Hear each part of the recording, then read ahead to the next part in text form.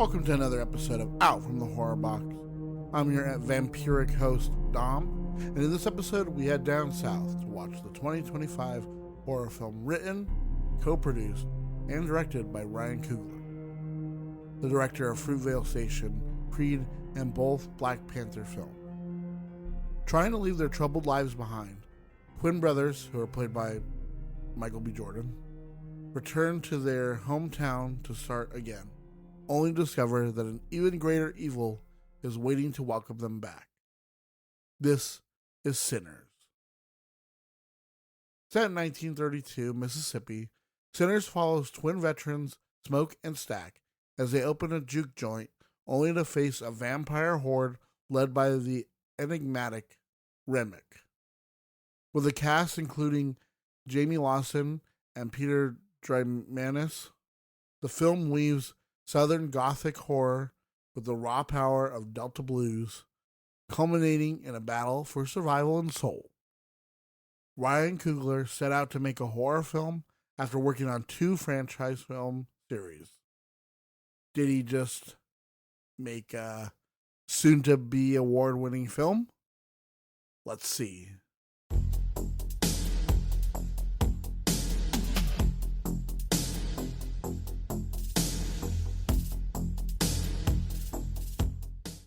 In January 2024, Warner Bros. Won a heated bidding war against Sony and Universal for Ryan Coogler's Untitled period thriller, rumored to blend Jim Crow-era drama with supernatural horror. The $90 million project, later budgeted at $100 million, marked Coogler's most ambitious venture yet, with Michael B. Jordan starring and Coogler securing rare creative control, final cut, first dollar gross, and eventual ownership after 25 years. Ryan Coogler's deal with Warner Bros. For Sinners is significant for several reasons. Coogler, known for Black Panther, Creed, and Fruitvale Station, is one of Hollywood's most sought-after directors. His move to Warner Bros. From an original project signals a major partnership, especially since he has been closely associated with Disney and Marvel and Universal. Under CEO David Zaslav, I'm not a huge fan of, Warner Brothers has been aggressively courting top filmmakers like Christopher Nolan, Paul Thomas Anderson, and now Coogler, trying to rebuild their reputation after all the controversies they've had, from canceling Batgirl, which was ridiculous, honestly, to shelving a complete film. Well, I mean, I think Batgirl was also a complete film, but a complete film in Acme versus Coyote versus Acme.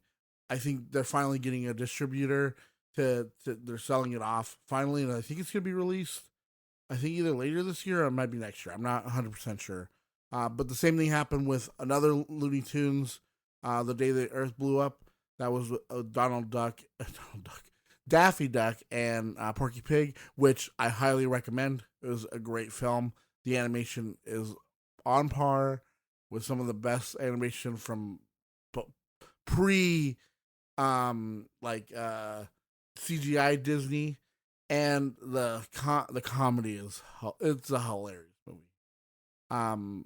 They've had a lot of shakeups with HBO Max. So landing Coogler is a win with the strategy. Sinners is an original thriller set in the American South, which stands out in an industry dominated by sequels and reboots. Coogler's ability to blend compelling storytelling with commercial appeal makes this a high-stakes project. Coogler's deal suggests top filmmakers are exploring partnerships beyond their usual studios, like Nolan leaving Warner Bros. For Universal, then coming back.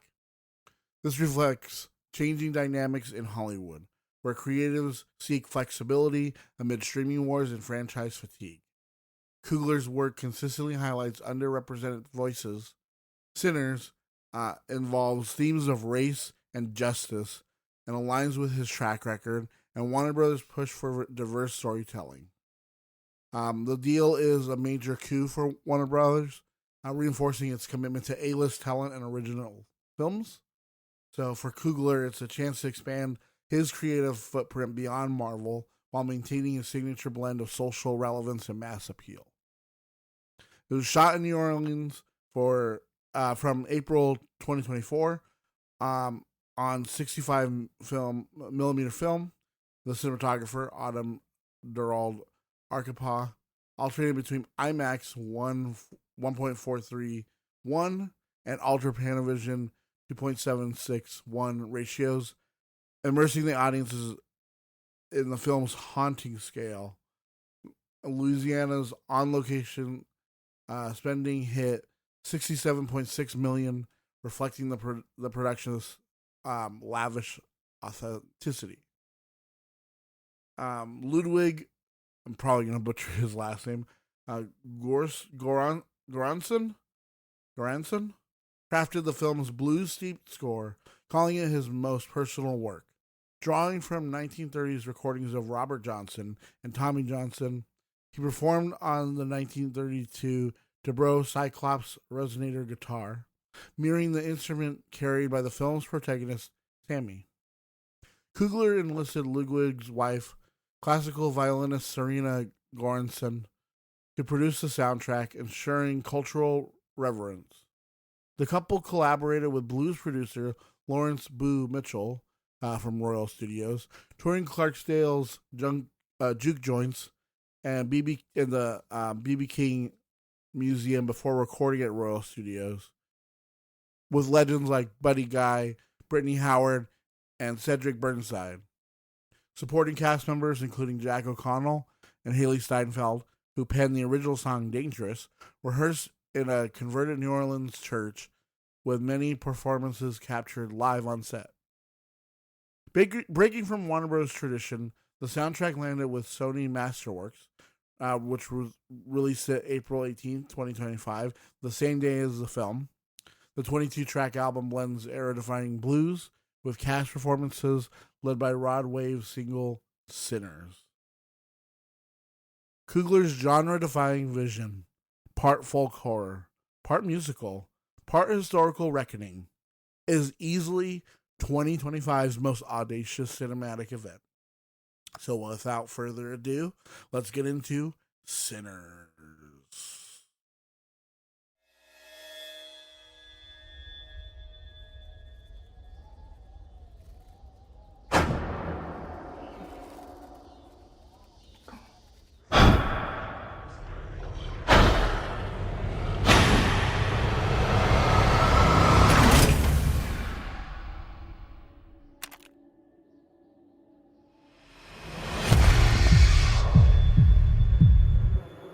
I've been all over this world.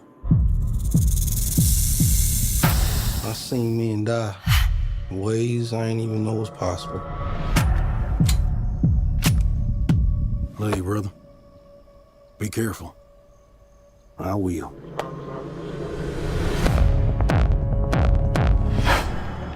With all the things that I've seen,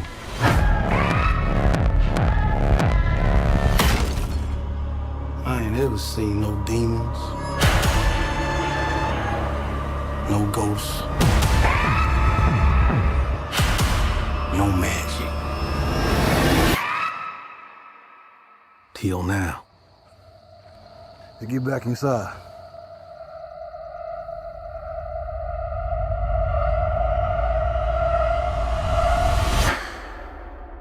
Let me in, man.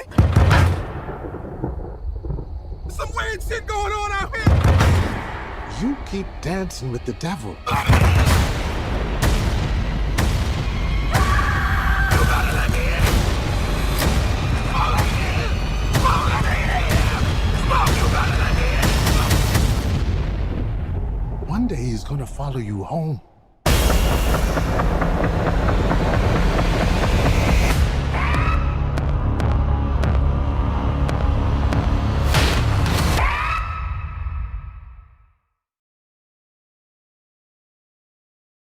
In 1932, identical twin veterans Smoke and Sack, both played by Michael B. Jordan, returned to Clarksdale, Mississippi after years working for the Chicago outfit.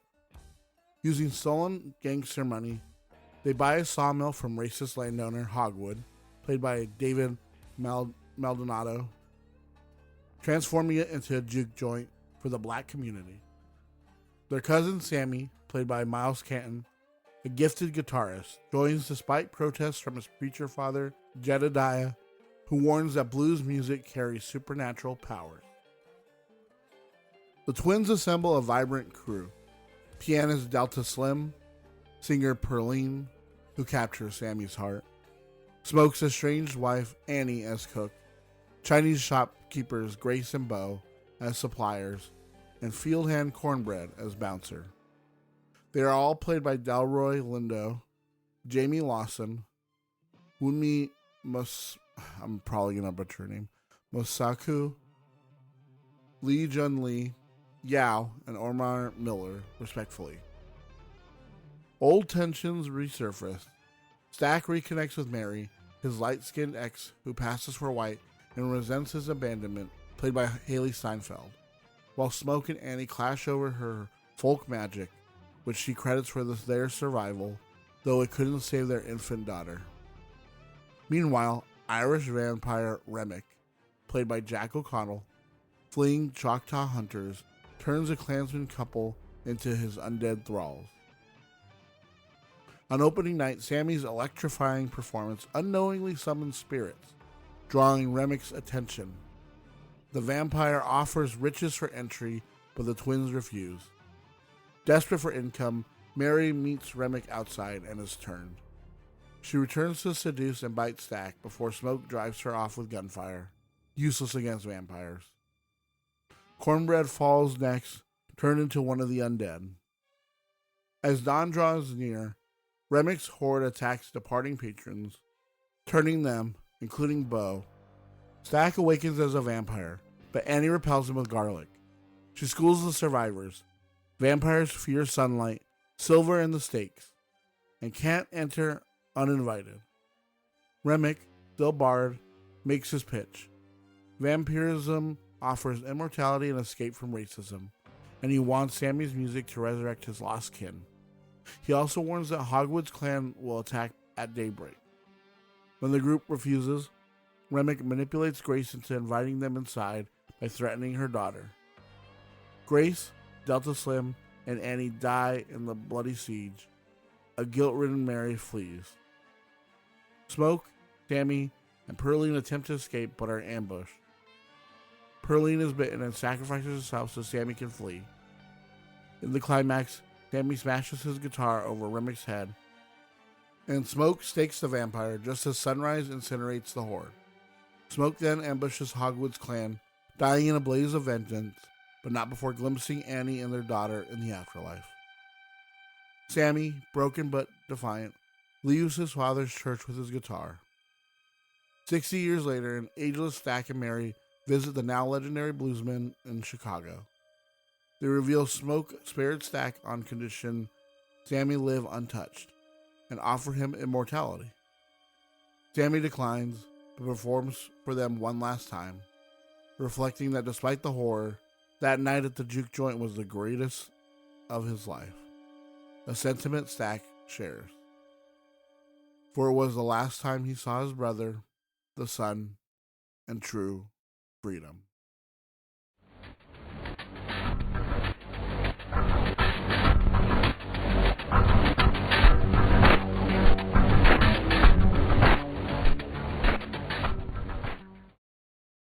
Now let us move on to some trivia about the film Sinners and learn some things about the behind the scenes, the production, and the actors.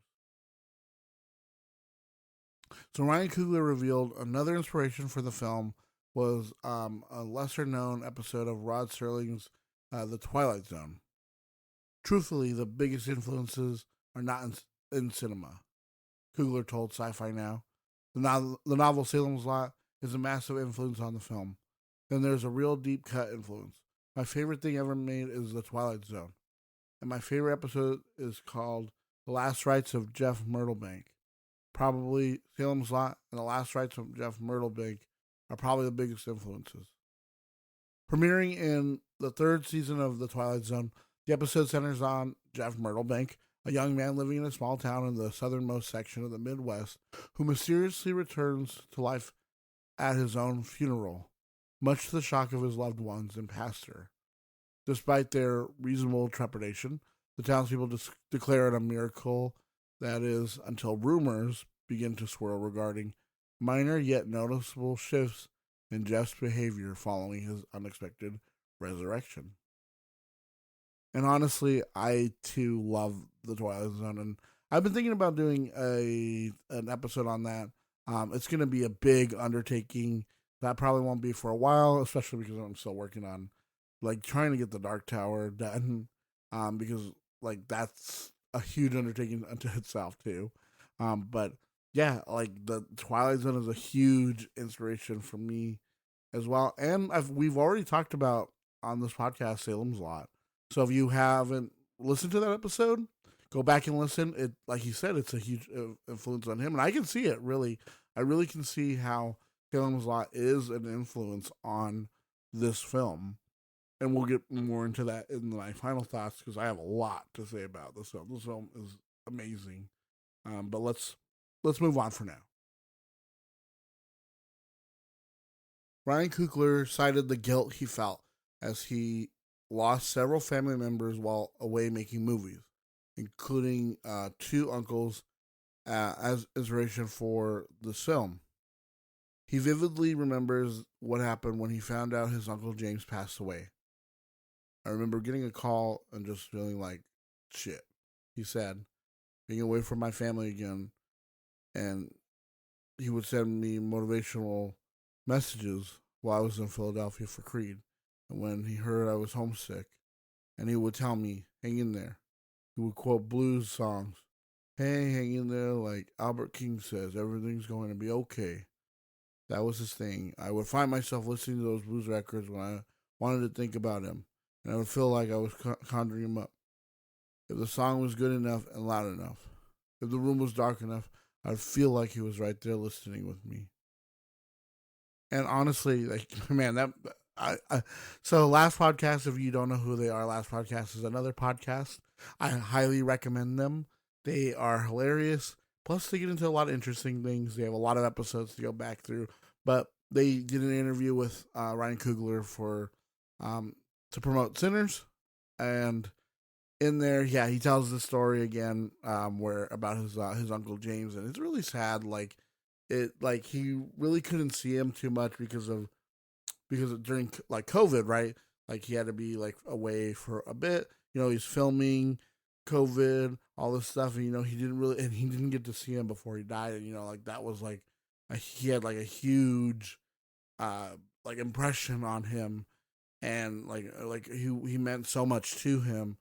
And it's just really sad when like you can't even be there for like the person who had like for anyone who like had an impression on you in your life, and when they pass, and it's just like, man, it's so sad. And I think he got there like after he'd already passed, and it was already too late to just, I mean, all you can do is just go in there and see the body that's there. That person's not gonna ever come back, and it's just really sad. It's just yeah, and it really shows in this too, like like of the whole like conjuring up the spirits and everything, and reminiscing about the past and about the people who come before you and how they influence you, and they influence everyone down the line, and how it passes on from back in the day to now, and how it has an impression on you. Remmick mentions how Christians took his father's land. Given that he's Irish, this would mean he was alive before the island was fully converted to Christianity, putting his mortal life somewhere between the 5th and 7th centuries, making him at least 1,300 years old. And that's kind of crazy too, like when you think about like,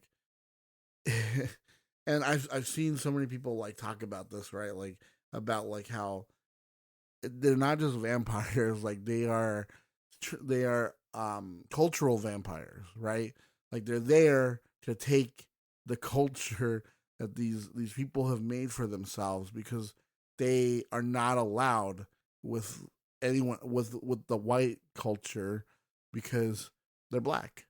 They have to go into their own juke joint they can't, and like they even tell them like there are three white people who show up, Remmick and his two the people he turns that are Klansmen. He tells them, there's white juke joints in town. Why don't you go to those ones? And it's because like just like we've seen over the history of America, white always wants what it can't be, like what it isn't, because because it's always cooler to not be that, because that is was the majority, that was the staple, that was what was the standard, what was the default. And normally all that stuff is not cool. It's cooler to hear these people who are singing, from their heart, about like the things that they're going through, but it's like but you're the ones causing this.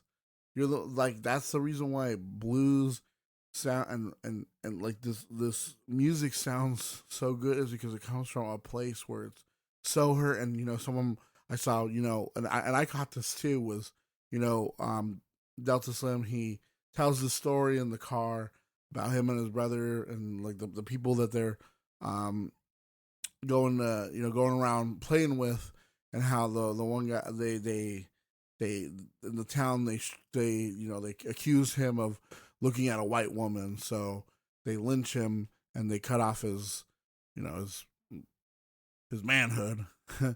And like Stack and Sammy Preacher Boy, neither of them says anything, right? It's quiet in the car, and then all of a sudden Delta, so he's like, and he starts playing, on his guitar, humming along, singing a song. It's like that's how they dealt with these atrocities.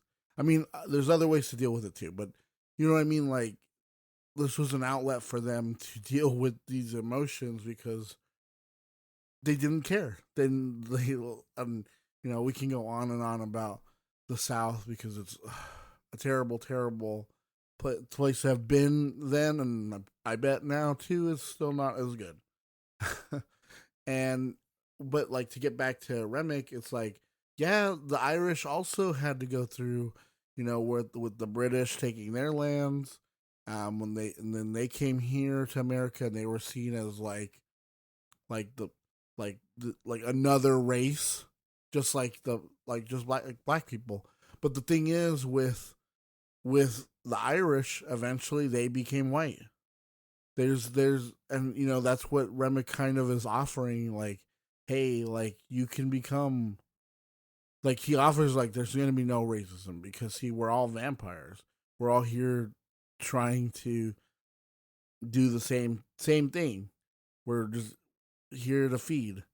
And it's like this, it's such a great, like, this is why, like, and I could go on more, like, I want to talk about more in my final thoughts, but like, it's just, this movie is so good. But yeah, like, you can just see like how many layers there is to this. Like, yeah, like the Irish too, they had all of their culture stripped from them, and they were imposed upon for years and years. But at some point, they did the thing that black people were never given the opportunity to do, unless you're rich. See, and even that, like, I doesn't help you that much, but money does go a long way to making you equal to a white man. But the Irish were able, just like the Italians, just like Greek people, just like I don't know, maybe like Russians too, like anyone who's not of like the Anglo-Saxon like ethnicity, or race or whatever. They were given, because they looked closer to them, so they were given this, hey, opportunity, like, hey, because you look similar to us, to us. How about you also turn your back on these people who are being oppressed too, and now you get to be counted as white, and now you're free to vote however you want. You're free to go wherever you want. You're free to do whatever you want. You're not indentured servants. not slaves. They were never slaves. They were just indentured servants, which means that they had a time frame for how long they would be um, servants, and it wasn't their whole family. It wasn't like they had a kid and that, oh, now that kid's a slave or a servant. It's like, no, like they were born free too. But yeah, like there's so much to this. I can't wait to talk about it in my final thoughts more. According to Peter Germanis, there's a cut scene that explains Bert and Joan talking about their desire to have a child and an ability to do so. Then an injured man shows up and changes it all, which explains why there's a crib in their house in the scene where Joan discovers that Remmick has killed Bert. And that's kind of what I thought to begin with when I saw that scene, because I was like, wait, why is there a baby crib? Or why is there a crib in here? I was going to say baby basket. Why is there a crib in the house? I thought, man, they just left their baby. And I was like, wait, that doesn't make any sense. Wouldn't they have turned the baby? But then that would kind of suck to be a baby and a vampire, because I feel like at some point they're going to grow up. Not grow up, but like, wouldn't suck to these stuff. It's kind of like an Interview with a Vampire with Kristen Dunst, where she's stuck as a little kid as a because she's a vampire, so she's stuck at that age. Sounds like it would suck. But yeah, like I can't wait to see like the what other scenes they might have deleted or taken out, because I feel like they're I don't think there's a lot that I feel like he would have had to cut, but I feel like there's a good amount that like it's like oh I feel like it would just be like kind of filler stuff that it just like makes sense to be like, okay, yeah, you really didn't need that. The film, with its deep roots in the Mississippi blues genre and themes about inviting evil forces, draws a good deal of inspiration from the legend of Robert Johnson, the famed guitar player and bluesman who came to be known as the King of the Delta Blues. The story goes that Johnson, wanting to be a musician but possessing no musical ability as a boy, sold his soul to the devil at a crossroads in exchange for extraordinary, some even said supernatural, talent.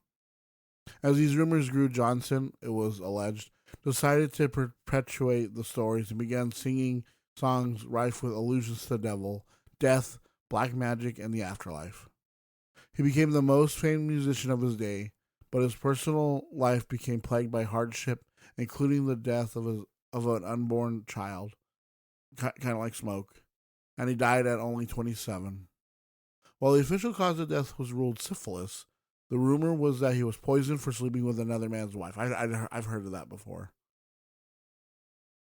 People that knew Johnson and his music came to suspect that the devil had finally come to collect Johnson's soul, believing that he kept inviting evil through his music's dark undertones.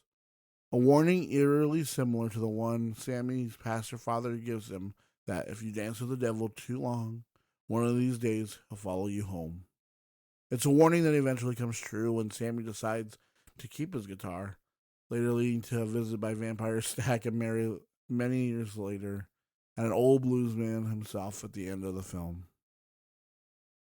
And I mean, yeah, I mean, being from a culture that really believes in like ghosts and spirits, but then like is at odds with itself, because like we used to be Catholic, and like my nana always is like, oh, there's no such things as like mad this and that, but then like believes in like this and that, and it's like, isn't that kind of the same thing? Whatever.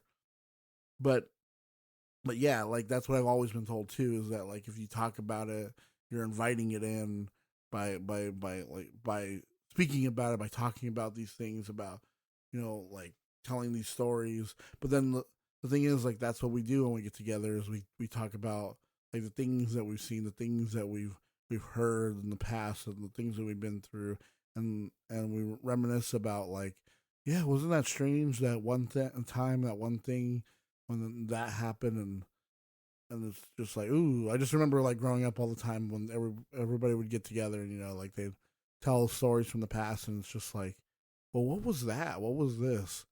And it's just creepy, and it creeps me out. But yeah, and like I've heard of this with about Robert Johnson before, and it's a pretty good tale. I think I don't know if he necessarily started it, but I know like he kind of perpetuated it, went along with it, because I think it made for like a more interesting story to be like, ooh, it's the man who he learned, or he got his talent from the devil because he sold his soul.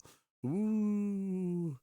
And it I think it scares the right people to be like, oh, I'm not listening to that. But like people who know what they're listening to knows it's not anything too crazy.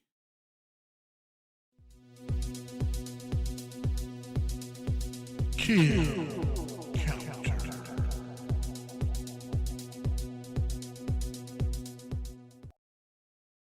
We've arrived at the kill counter. This is the part of the podcast where we go through the kills and deaths in the film Sinners. There are many people that get bit and die before turning into vampires, so I'm not going to count them unless they're killed after being turned into a vampire.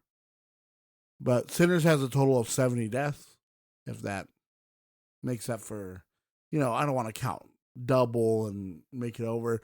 I think that is a pretty good standard for itself. The first true death of the film without somebody like coming back and turning into a vampire is Grace Chow unintentionally immolating herself to death. So she sacrifices herself and she stakes her husband Bo Chow in the heart, and that's how he dies, and they burn to death together. So that's 2. There's 2 unnamed vampires that are staked in the chest by Annie. 2 that are unnamed, that are vampires staked in the chest by Delta Slim and Perline each. And then another 2 unnamed vampires staked in the chest or shot in the head by Smoke. So 2, 2, 2, 2, 8. That's 8 total. Annie is the next to go. She gets bitten by Stack, and she's staked by Smoke before she can turn. She tells him, to kill her before she's able to turn, so she could be with their baby, and that she tells him, if the same comes to him, join us. Delta Slim, oh man, poor Delta Slim. He gets built by a bunch of vampires. They attack him all at once, and he dies before he can get turned because they just rip him apart. Next, we get Remmick, who's he gets his face slashed by the silver that's on Sammy's guitar. But he's staked in the chest by Smoke, and he gets burned to death in the sun, and that leads to Perline, Cornbread, Bert, Joan, who are the 2 Klansmen that he turned earlier, and at least 40 unnamed vampires that get burned to death in the sun. Then, as day comes and Sammy leaves, that's when the Smoke decides to stay, and Stack lets him go as a way to. They make an agreement. He won't turn him. He's got to keep leave Sammy alone. He won't kill Stack or Mary. So as Smoke waits for the KKK members to show up, he pulls out all of his guns and weapons, and he waits, and that's when they show up with Hogwood, and he kills 13 members just by shooting. He kills 3 by blowing them up in their trucks. And then he kills Hogwood by shooting him. And then while this is all happening, Smoke he gets hit by gunfire, and he's dying of his injuries. And as he's dying, that's when he sees Annie again holding their baby, and she asks him if he wants to hold her, and he does. Oh, it's really sad. This movie is so good. This is such a good movie. And then, Smoke just ends up passing away from his injuries.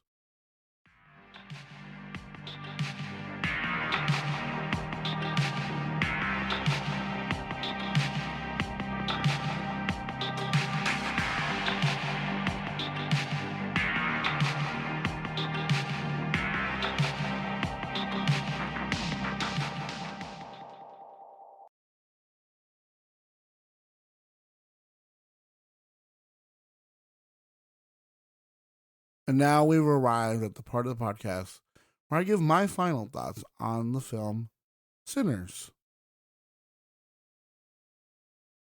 So, as of right now, at the time of recording, it is May, the beginning of May, and I can say that Sinners, so far, is probably the best film this year. It's, I give it 5 stars out of 5. I've seen it twice. I saw it in IMAX, and honestly, if anyone ever gets a chance to see it in IMAX, go see it in IMAX if we can.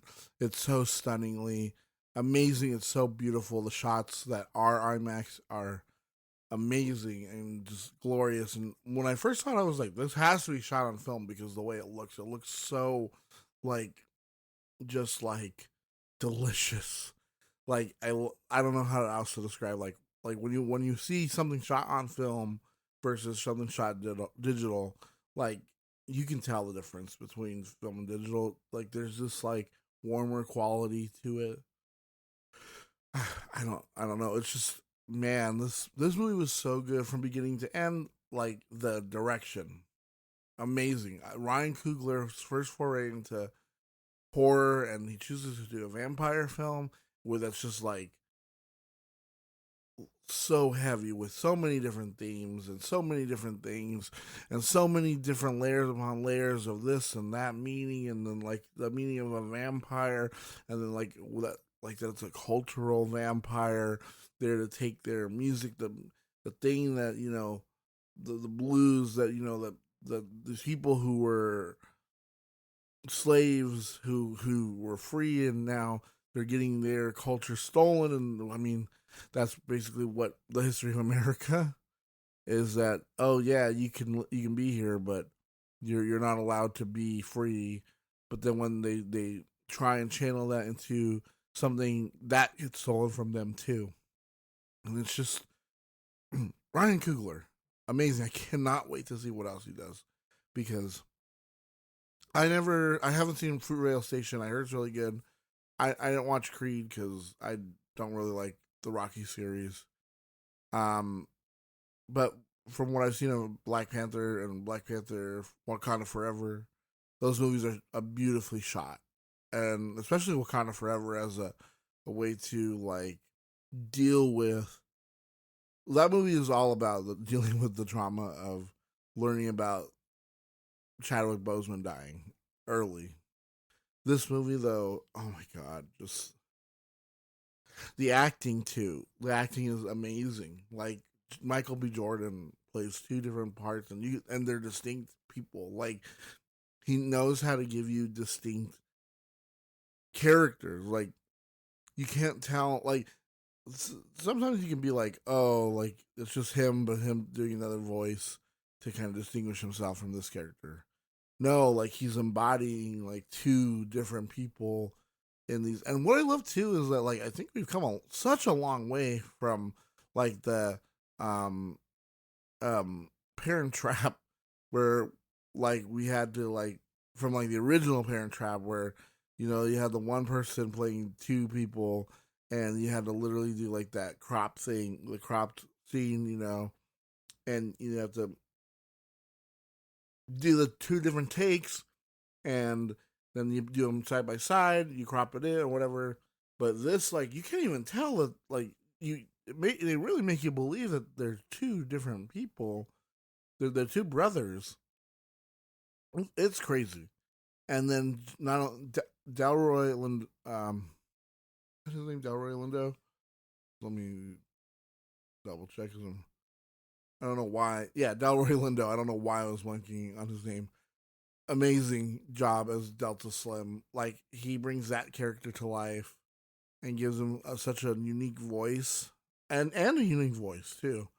But just like when he's telling that story about him and his friends, you know, and like what they went through, and then Wunmi Mosaku, she does such a great job as well too as playing Annie, and just it's so heartbreaking too when you learn about like their daughter who died, and even the smaller characters of the shopkeepers, Grace and Bo, who are played by Lee Jun Lee and Yao.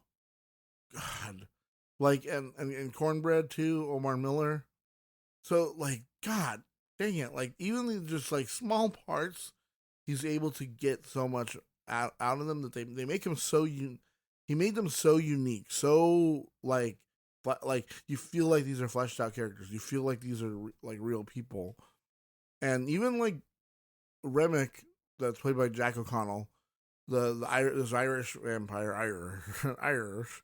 Even he like feels like fully fleshed out. Like you can tell that there's this history and the music. Oh my god, the music! When I saw this, I was like, this is probably like one of the greatest soundtracks ever. It's like these like spirituals from like Irish folk, and then you got the blues, and I love that they put into the song that they sing, that Jamie sings at the juke joint, and like we see the history not just from the past but from the future of music, of like what this does and what it brings to us and how important music is. And it's not just like, and you get to see it's not just for the black experience. It's for all of our cultures who have been oppressed and who have had told, don't express yourself, don't express your religions, don't express your cultures, don't in any way. You have to assimilate, you have to be part of, you have to be brought into, and in this culture, in this place called America, where where that's seen as bad. You expressing your culture, you expressing something that's not automatically what the white American ideal is automatically, that's bad. Don't do that. And it's just, and even like with Remmick, where it's like the idea of this vampire, this cultural vampire who's assimilating everybody. Like he's telling them like, look, you can free yourself from this horrible culture we live in here in the South by becoming a vampire, because vampires don't see color. Well, they only look for blood to feed, but in doing so, you have to give up your life to do it. And oh god, this movie is so good on so many levels. Just like the cinematography, the direction, and then the act. I haven't even gotten to Haley Steinfeld is amazing in this, and she's always been amazing ever since she first came out in True Grit, and she was nominated for True Grit. And I could see Delroy Lindo being nominated. I could see Haley Steinfeld being nominated. Jack O'Connell. I could see Michael B. Jordan being nominated. I could see Wunmi Mosaku being nominated. Honestly, I could see any one of these people nominated for something, for some award. They did such a great job. And Ryan Coogler, just the fact that he was like, this is what I want to do. This is what I want to do after, having been part, doing what I do. He made Fruitvale Station, and then from there, he was able to get into these franchises, and he had to stick kind of by the book for them. And then this is the first time he was like, you know what, I want to do something, where I know what I know what I'm telling. I know what I want to do, and the deal that he got for this is so amazing. It's so crazy, and I think a lot of people outside of the system don't understand that this is such a crazy thing that he got, and that he'll be able to control the rights to it within 25 years. That's crazy. That's not heard of. It's so hard for the people who create stories to get these things, and I'm hoping with more people the people who did Talk to Me. I think the Philippou brothers, and then like Ari Aster or Osgood Perkins or oh my god, why am I blanking on his name? But I hope that these people are able to now come to like a table and be like, look, we want these deals that like give us more freedom, that give us more control, that give us what we've been wanting, especially in this age of AI and how much more that like they're letting them use it for things, and it's just like, God, I just want them to be able to make as much great art as they can. And with this, it wasn't just art; it's entertaining too. I feel like you can go into this without even having to be like a snooty film critic to sit and pick things apart. Which honestly, I don't even know what you're picking apart with this. This movie is really sound and really, it's just there's so many things going on so many different levels and so many different things. It's so good. From beginning to end, this movie is a stellar watch. Honestly, if you're listening to this and it's still in theaters, go watch it in theaters now. Go watch it now. If you've already seen it, go watch it again. If it's on physical media, go get it. If it's on streaming, watch it. Like, we need to support this as much as we can, and I think the best way is to just keep it in everyone's mind, especially when it comes to like award season.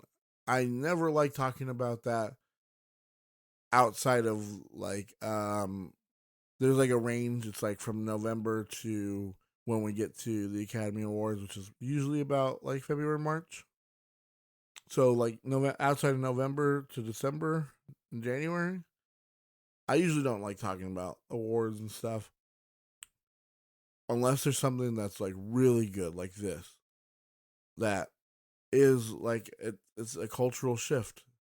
I feel like this actually, I feel like where the substance was like a surprise nomination, I feel like it's like if you don't nominate this, you're just actively looking to suppress horror as a genre in nominations, because you know that this is a great film, and you know that like horror has steadily, and this is the culmination of that, has steadily become and has steadily been building into itself this tour and more high art look and feel, and trying to get people to come into horror through other means of just, oh, it's a guy running around with a mask killing kids, or it's a monster that's going around killing kids.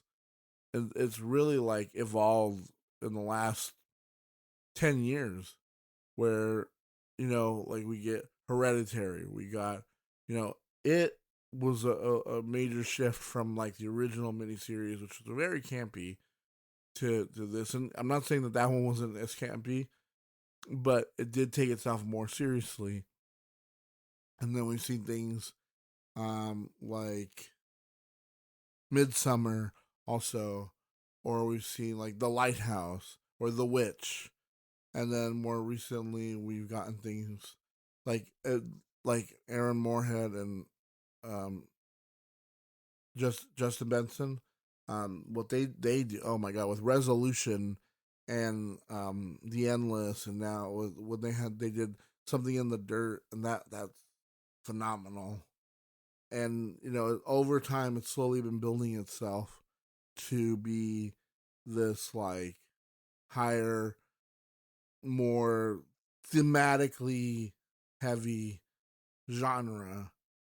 And I think horror is a great way to do that, because there's ways to do it that make it make sense. So yeah, Ryan Coogler, thank you for giving us this. Honestly, if I could give it 6 stars, I might give it 6 stars. It was so good. Honestly, like the like I said, watching it in IMAX was amazing. just the like everything he gives you to the story, so good. That's why I cannot wait to see what he's gonna do. I can't wait to see more from all these different people. These different people who are giving us these things that are like long legs, that's just like, yes, so finally we're getting horror that's not just, these kids running around from like this guy in a mask who's just chasing after them, that doesn't make any sense, and the plot's dumb, and you can tell a studio interfered too much with it.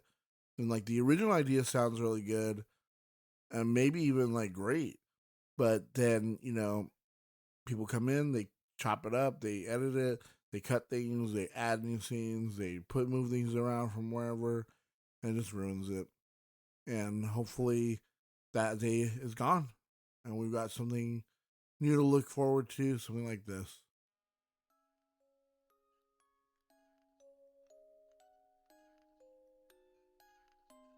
Would you like to become a vampire? Would you have invited Remmick inside? Would you have left Haley Steinfeld behind? I probably would have done the same as Stack, turning to live eternally with her. We want to thank you all for listening, and if you like what you hear, please subscribe to get every new episode downloaded. Do you have any personal or fictional paranormal, supernatural, or unexplainable stories? We'd love to read them on the podcast. Please send your stories, recommendations, or anything else to horrorboxpodcast@gmail.com. If you want to show more support, you can follow our socials on Instagram, Threads, TikTok, or check out our YouTube channel, all at Horrorbox Podcast on all sites. Also, you can buy me a coffee at coffee.com/horrorboxpodcast. It really helps out. Until next time, don't invite just anyone inside. This is Dom, signing off from the Horrorbox.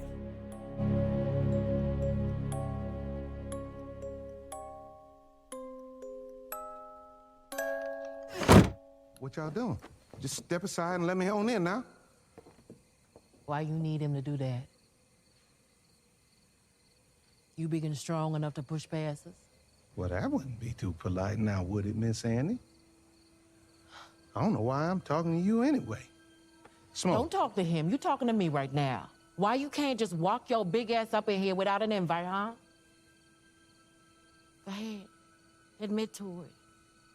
Admit to what? That you dead. So you listening to this? Now we out here playing games, telling ghost stories in place of doing what we ought to do. And what is it we supposed to be doing? Being kind to one another. And being polite. Now, we is one people, and we shouldn't go in barging into other folks' places uninvited, so... You've been in and out of here all day. Ain't never need an invite then. Yeah, something ain't adding up. Can I at least get my money? Careful.